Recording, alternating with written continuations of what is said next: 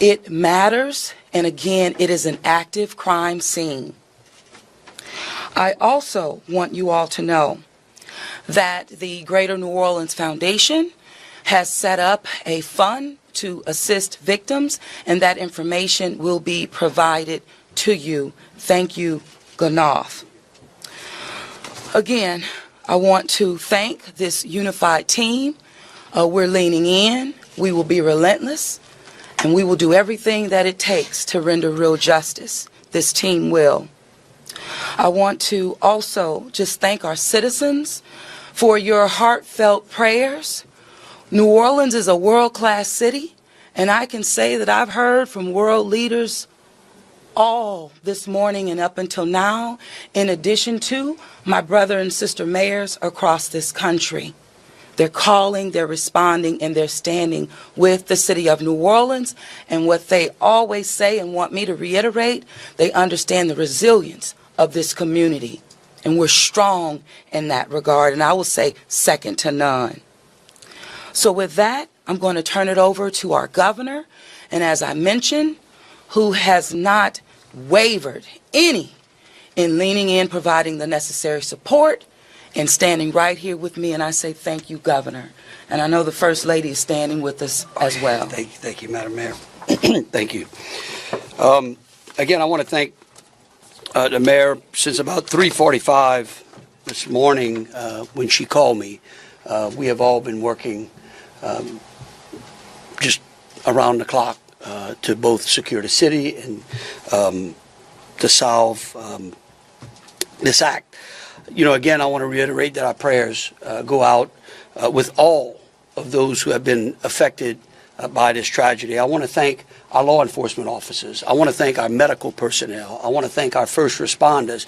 And most importantly, I want to thank the two New Orleans police officers who not only laid their life on the line, but were able to eliminate the threat this morning. Let me say, we have made public safety a state priority from day one. And I think that if you look around me today, right now, and you look at the people who are standing around, that is their commitment as well. We intend to be transparent in assessing any defects that may have existed in the system so that we can address them. It's the only way to ensure that any mistakes that were made are corrected. Specifically, we have been trying and working very diligently to address security concerns in preparation for the Super Bowl since October. And it's interesting because, ironically, in preparation for the Super Bowl, I had intended to issue an emergency declaration tomorrow so that we could bring all of our federal, state, and local agencies to bear in preparation for the Super Bowl and Mardi Gras.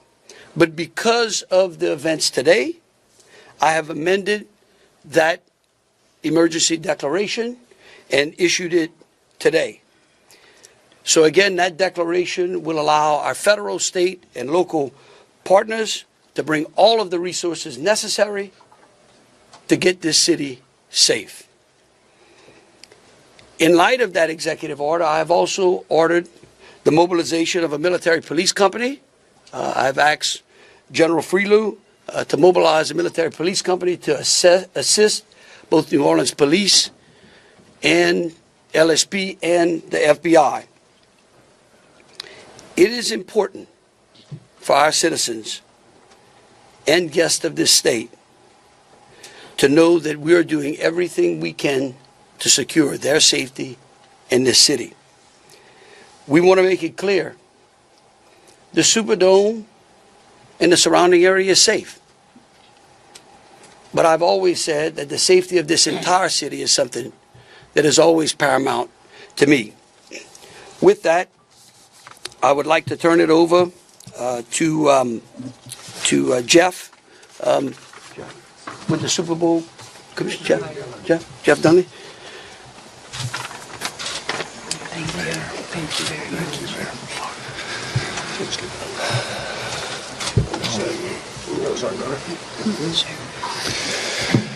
Good afternoon. Obviously, we wish we weren't here for this reason today. The Sugar Bowl Committee has a 90-year history of being a good corporate citizen for the city of New Orleans, and that's why this tragedy hurts us as much as anybody right now. So our condolences, thoughts, and prayers go out to the victims and their families as we all work through this.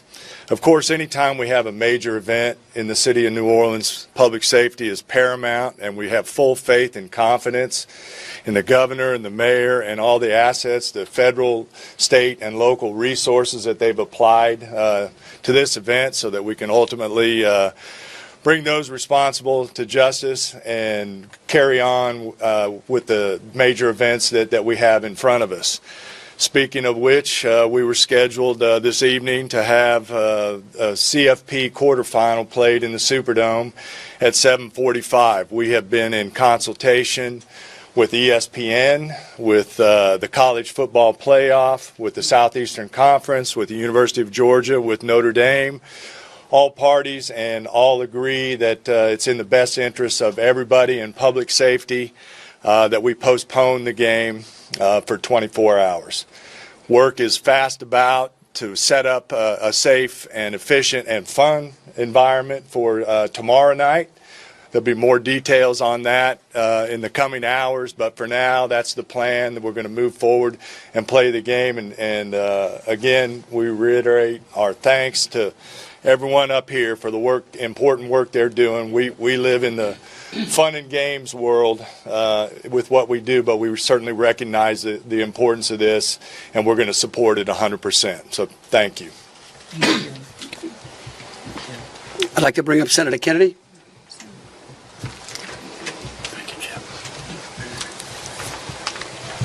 I wish I understood better why bad things happen to good people. If I make it to heaven, I'm going to ask. For those people who don't believe in objective evil, all you have to do is look at what happened in our city early this morning.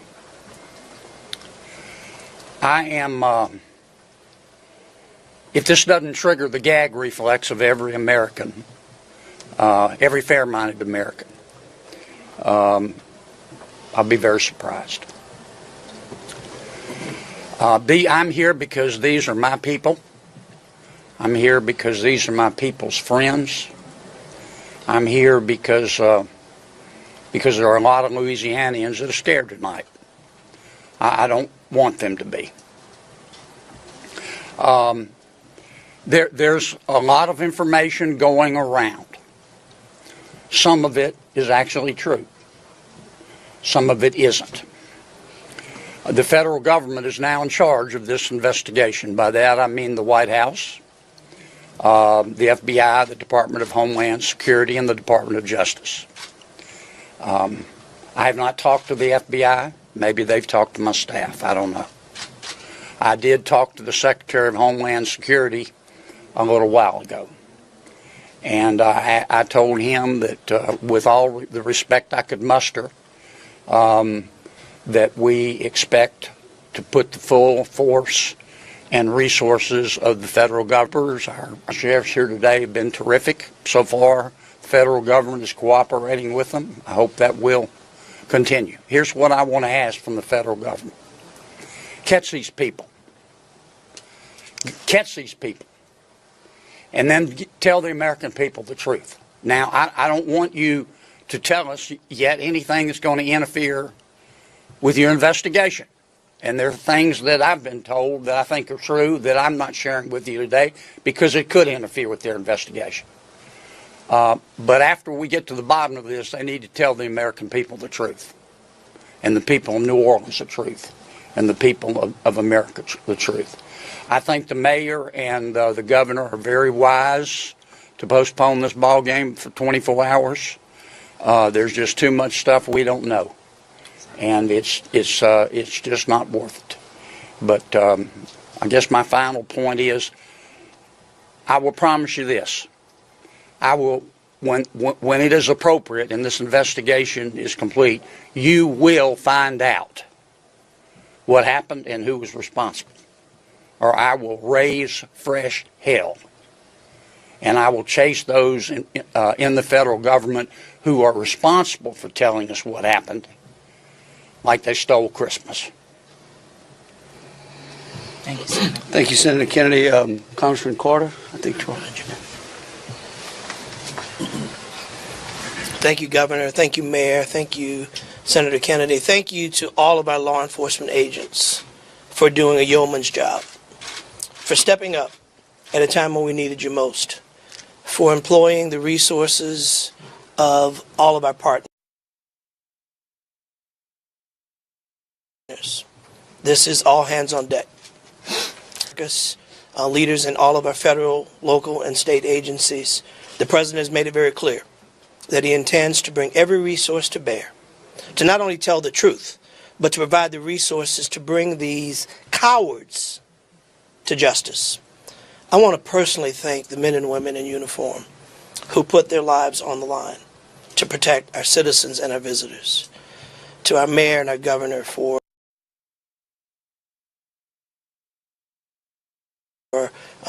acting expeditiously and bringing us all together. To our sheriff, Ben Johnny on the spot, recognizing that if it happens in New Orleans, it can happen anywhere. We don't have the luxury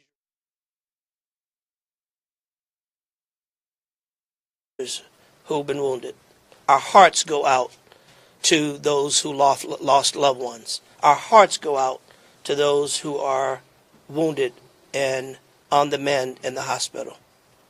Citizens, now is the time to stay calm, to be vigilant.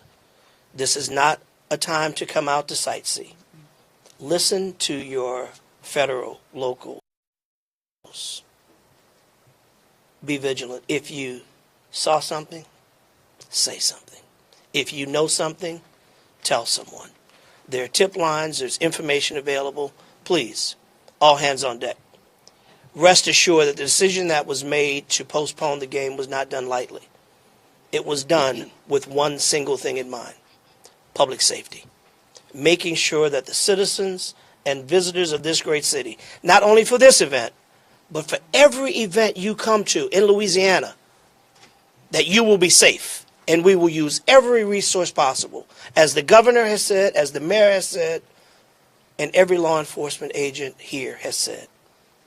Our energy, our commitment will be to make sure that you are safe now and for every event in the future.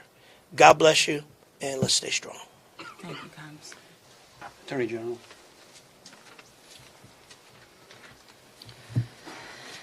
I first want to extend my sincerest condolences to the families of the victims. Parents got a phone call early this morning, that no parent ever wants to receive. And as a parent of children who come to New Orleans and spend time here, I know that that is just something that, you know, we hold our breath sometimes till they're home safe, and some people do not come home safe. And we also have some people who are fighting for their lives right now in the hospital. So I'd ask everyone to pray for them. They need our support, and they need our prayers. This was a heinous act, a heinous, cowardly act, and we will find them, and we will bring them to justice. My office will be providing both investigative and prosecutorial support to the City of New Orleans, to the District Attorney, Jason Williams in New Orleans, as I have done for months. We will continue to do that. We will provide the governor with whatever support that he needs, and the Governor's Office of Homeland Security, whatever support that they need. I'll be here to help. I will be here to stand with the City of New Orleans. We will bring them to justice. Thank you. Thank you. Thank you, Governor. Thank you, Governor and Madam Mayor. For those who do not know me, my name is Ann Kirkpatrick. I'm the Chief of Police of New Orleans. My official title is Superintendent, but my role is as Chief of Police. You know, you've heard some of the details today, and over the last 24 hours, we had approximately 400 officers in the French Quarter. And as we know, this is not just an act of terrorism. This is evil. And when we face evil, we have a choice. We can run in fear, or we can indeed stand in strength. In a time of crisis, people are looking for leadership. You are looking at the leadership. And I promise you, as the chief of police of this city has been tried by fire before. But fire purifies.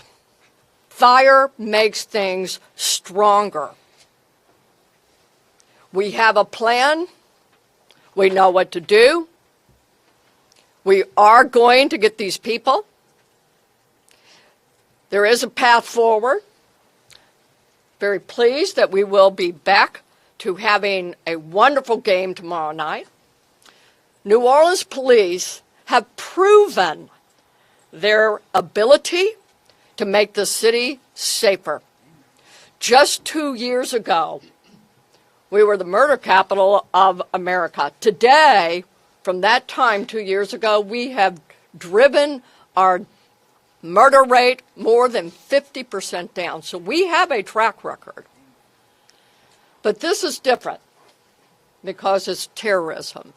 Now, I want to thank all of our law enforcement partners. You're fabulous, and we appreciate the partnership.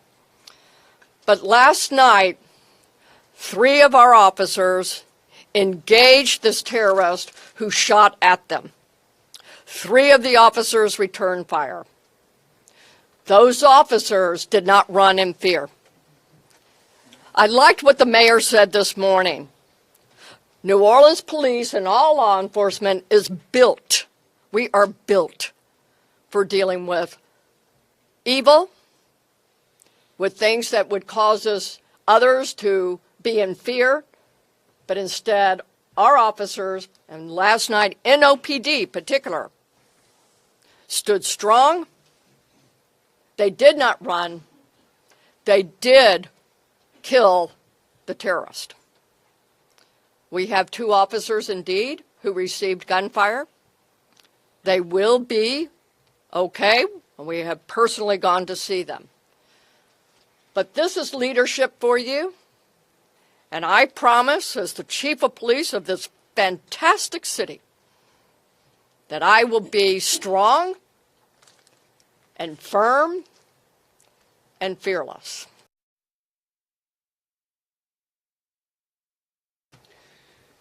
Thank you. In wrapping it up, I want to just close with a couple of things. I want to thank Senator Kennedy and Congressman Carter.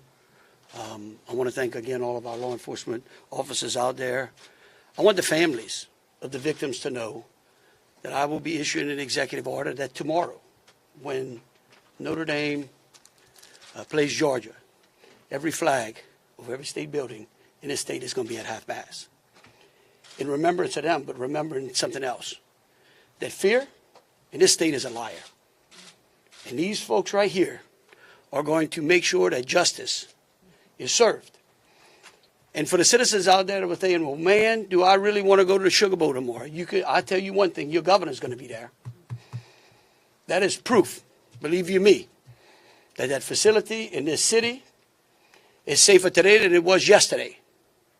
And as we come to additional events in this city, I know in speaking with Senator Kennedy and Congressman Carter, and FBI acting director, and the incoming administration, that they are going to ensure that this city has the resources necessary to protect our citizens and our guests.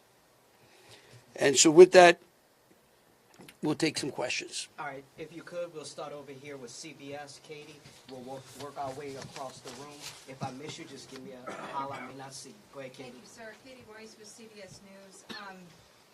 I mean, I think this has been a really tough day for a lot of people, but at this point, we're hearing that the death toll, according to some FBI sources, has gone up to 15. Is this true? Who wants to answer that? Yeah. I can speak for it, You- because unless you have a final number. We do not have a final number. We know that we have confirmed 10, but we did have people who had been transported who were in critical condition. And so I do not know that, but I can confirm 10. And one quick follow-up question, if I may. We know that there have been some local records in Texas about a misdemeanor background on this suspect. Any signs or warnings ahead of time about this person or their plans for what happened this morning? Because that is the investigation part, I will give the FBI.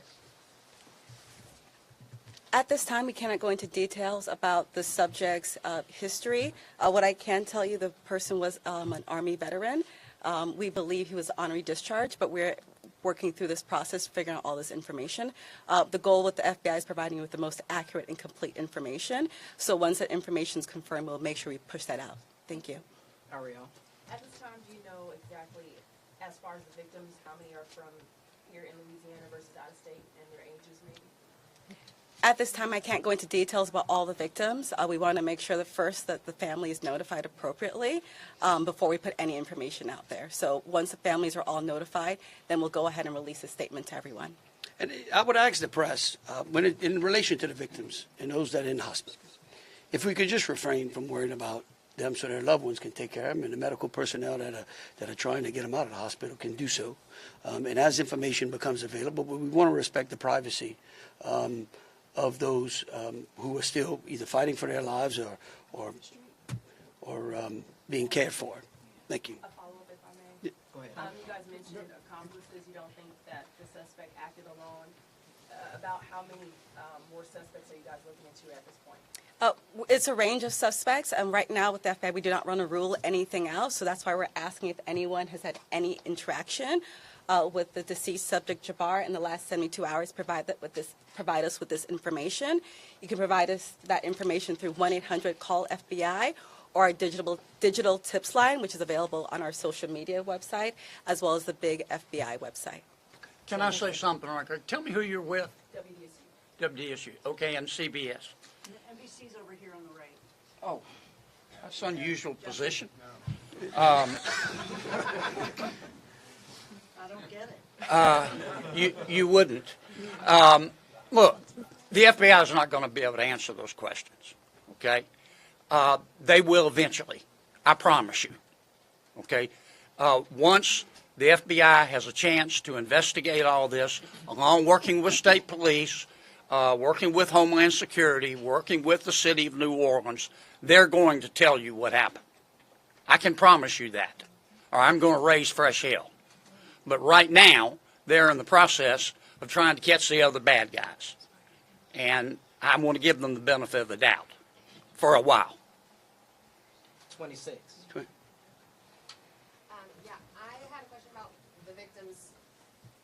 I know that there was obviously gunfire exchange, so I guess how many victims were shot and then how many were injured? Look, again, let me reiterate both Special Agent Duncan and Senator Kennedy.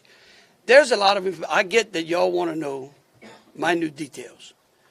What we don't want to do is impede this investigation or spend any time talking about things that don't get us closer to hunting these folks down and securing the city. And so at a particular point in time, we will release as much information as we can.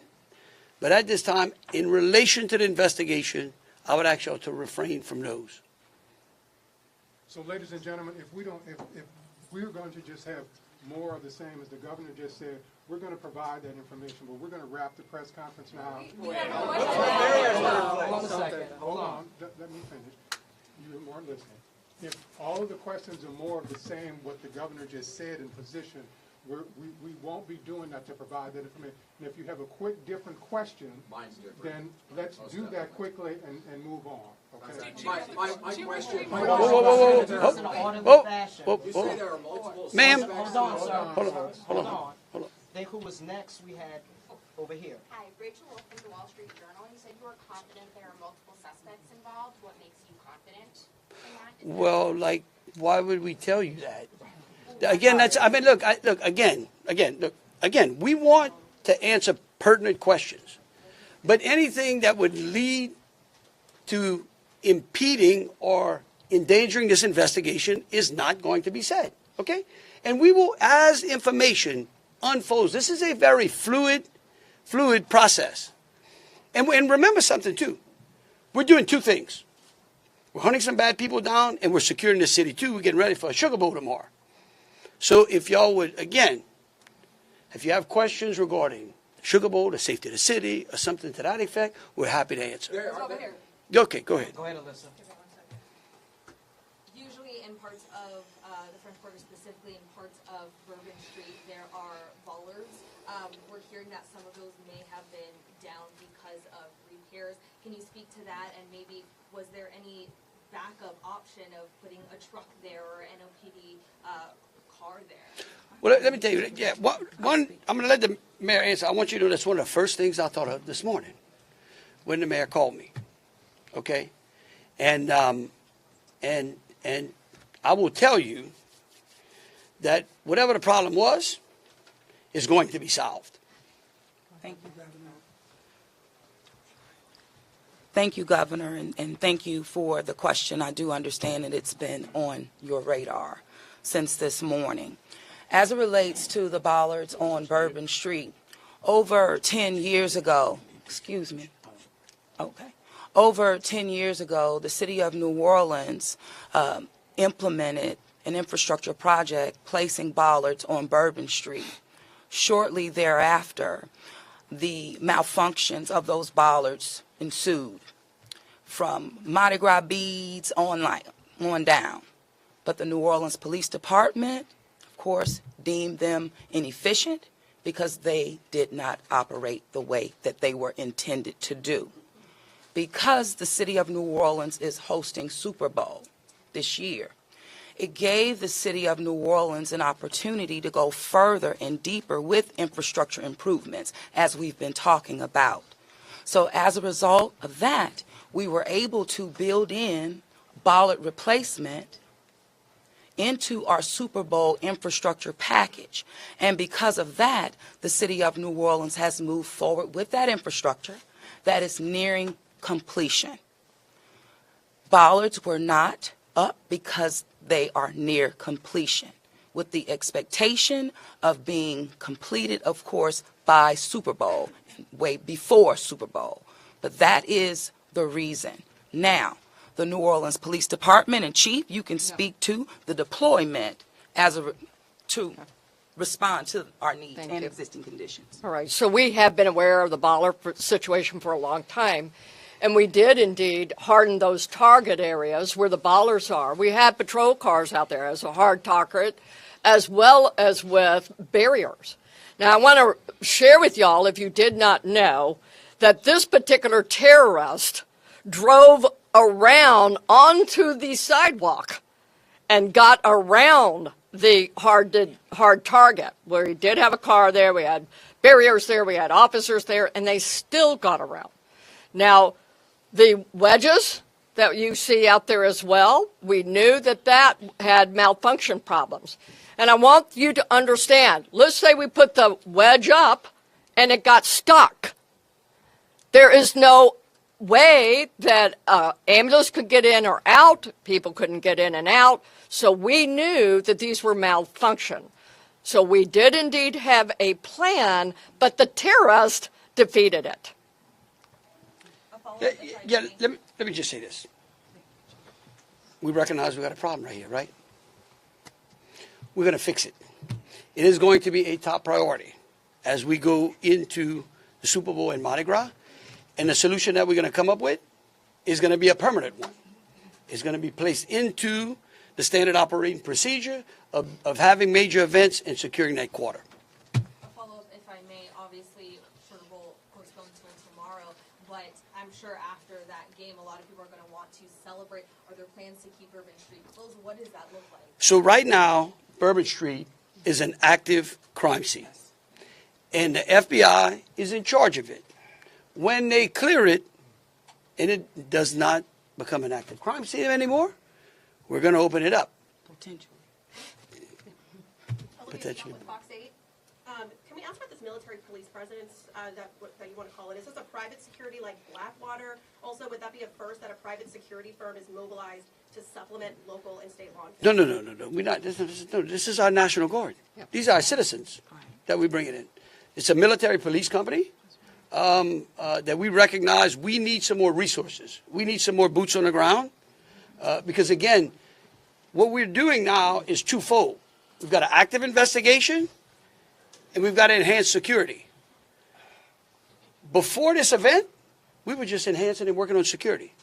So we brought some additional resources. Jesse Kirsch with NBC News. Thank you for holding this press briefing. I just want to clarify something first. You were just talking about bollards that are being repaired, talk about a lift gate that are replaced and then a lift gate that's not been working. Was there a vehicle in place of that lift gate last night? Were there things in place of those bollards which are being repaired? Sure, the chief spoke to the plan in place, and that is yes. That was indeed. So anything that is currently in the midst of being repaired had a backup replacement? It had vehicles and officers were there where all of those ballasts have been. We had that. We knew. So we did have it. And like I said, in this particular case, terrorists just went all the way around up onto the sidewalk. And what about for the lift gate? Was there a vehicle like backing in and out to block that lift gate area, or was that just down and open? Because that's what we've heard from witnesses. Chief, Captain. The reason I'm calling the captain, he's the captain over that district, and that is a question I'm going to let him address for you. Good evening, everybody. I'm Captain LaJean Roberts of the 8th District. Yes, we did have a vehicle strategically placed right in front of the wedge, preventing access onto the roadway. And in terms of the framework of security that was already in place on Bourbon Street, I know this is an ongoing project of improvement, but with how that was all aligned, was someone getting up on a sidewalk considered impossible or nearly impossible, or was this not something you expected you would have to account for? Yes, of course, it wasn't something we expected to account for. The bollards they're actually wedges. They're strategically placed 5 locations throughout the French Quarter on the roadway. This particular terrorist drove onto the sidewalk behind the police car to gain access to the 100 block of Bourbon Street. So if you're worried about someone ever driving down Bourbon Street, why weren't you worried about someone driving up the sidewalk in the same way, or at least bracing for it the same way? Okay. All right, look. We could go on what ifs forever. This is evil. And that guy could have easily gone down the sidewalk of Canal Street, where there were a ton of pedestrians on there as well. And there are. That's right. They're right. Right. Hold on a second. We gotta move on. Just want you to know, however, we recognize, I said earlier, that where there are defects in this system, we are going to be transparent, and we are going to address them with the city and make sure that we fill those gaps as best we can. Yeah. Chelsea Brazier with Axios. I have a question just about sort of ongoing public safety today. Special Agent mentioned 2 possible IEDs. Were those in the same location? Should residents in the French Quarter or elsewhere be concerned about potential other situations? The 2 IEDs, they were in different locations, and what we've done in conjunction with our local and state partners, we've gone through and done a sweep to identify anything that we thought was suspicious, and we have not. However, as I said before, if the public sees something, please reach out to us so that way we can go through and verify that we did not miss anything. But we conducted initial sweeps, I think, starting shortly after our initial So I'm going to thank you, conference. Agent. I do want to share that we have a plan, and we have been implementing that plan. One of those plans is that we have swept all of these areas. The word swept means we have put officers out there as a grid, walking down the streets, every street in the French Quarter, looking for suspicious packages, bags, ice chests, you name it. And they have been walking it as a grid. We've been doing the same thing on Poydras and all the accesses into the Superdome. Part of the safety plan is we have bomb dogs out there sweeping the Superdome and all the exterior area, and we're locking that down. That will be locked down through the game tomorrow. So that's a part of that safety plan, and we've already been implementing it. Okay, thank you all for coming out. Question back here for the governor on the MTs. How many MTs will be deployed to New Orleans? Right now, there's I think it's a General Freelo 100. 100. 100, and, yeah. All right. Thank y'all so much. Thank you. What gives you the confidence tomorrow night it'll be safe? I'm going to be there. Me too. You're all saying thank you.